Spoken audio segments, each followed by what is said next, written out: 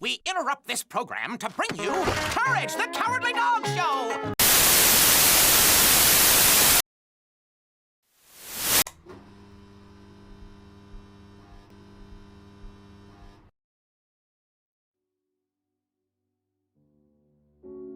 I know I've tried to explain a lot of horror things on my channel before, but this has got to be one of the most eerie things yet. Today we're going to be talking about Courage the video game, and yes, I know it sounds generic or stupid, but trust me, it really isn't. This game was originally found in an old hard drive I bought in a yard sale. Didn't ask too much about it because I needed old and damaged electronics to run some tests. Upon checking its contents, I found files of a PS1 game project, and when I opened them, I found this game.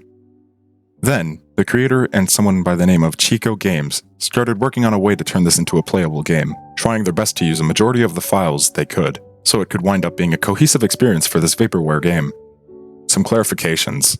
Even though this is playable, the game is still incomplete. The hard drive where we found it only had part of the content of a full game, so this game has a lot of missing parts. They couldn't access some levels.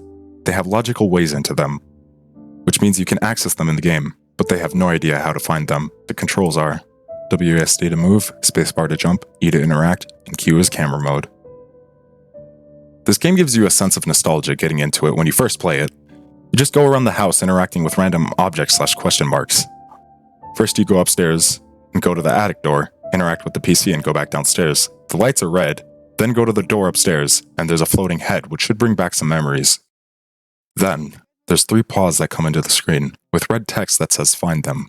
You go into the basement and then interact with the door, and it brings you somewhere. There's another question mark that you can interact with, but it doesn't do anything.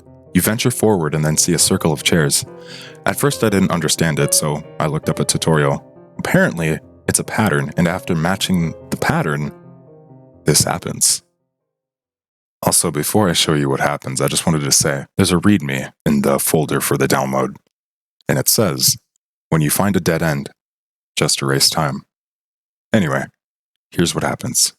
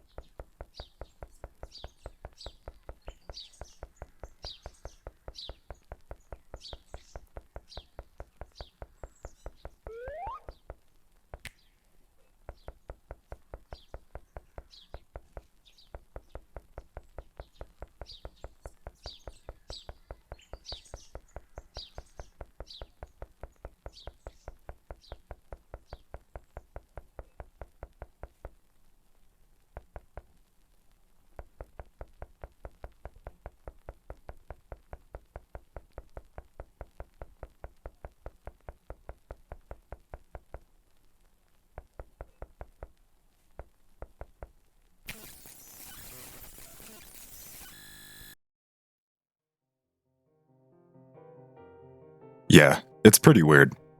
There's a memorial here which is odd though. Could it be referencing the voice actor's death? I'm not sure. Anyway, in the next part, there's a maze, and you can either go left or right. For this phase of the video, we're going to be going left and then covering the right bit. So, how I got to the end bit here is I downloaded a software called Reshade, and after going on the left trail for a bit, I ended up here. Once I got to this point, here's what happened.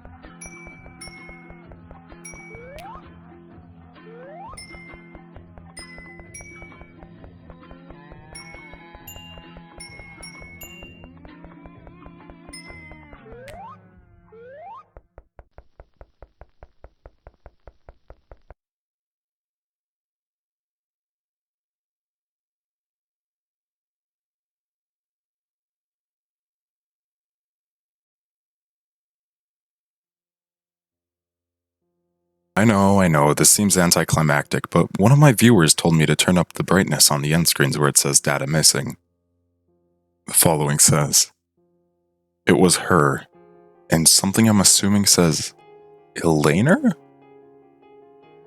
I'm not sure. But it is really weird. Onto the right path now. The right path has the same story, except you get to a house. At least, what you thought was a house. Well, it's fake. Behind it's a picture, and when you interact with the picture, this happens.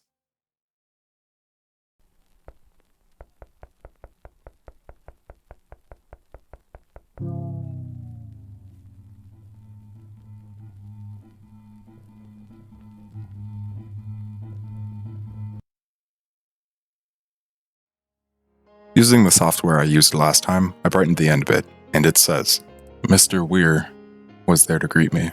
And before you think this is the end of the video, it's not. There's I'm pretty sure, one more ending. So we're gonna look at that, and then there's a file I want to look over as well. And then I want to explain why I find this game so creepy. So if you go to the place where you originally glitched through the wall and activate the question mark and just fall, it brings you back to the house, but something's off. All the furniture is missing. If you go upstairs and interact with the attic door, this happens. Also, I thought that I should include that if you don't hit the top wall before going downstairs, the bell will ring and then it will restart you.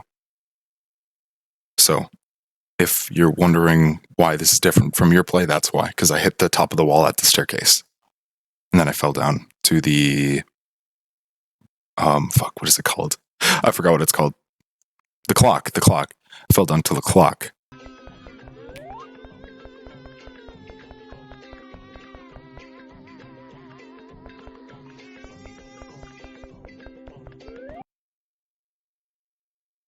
And to conclude this bit, it says, Father wasn't home.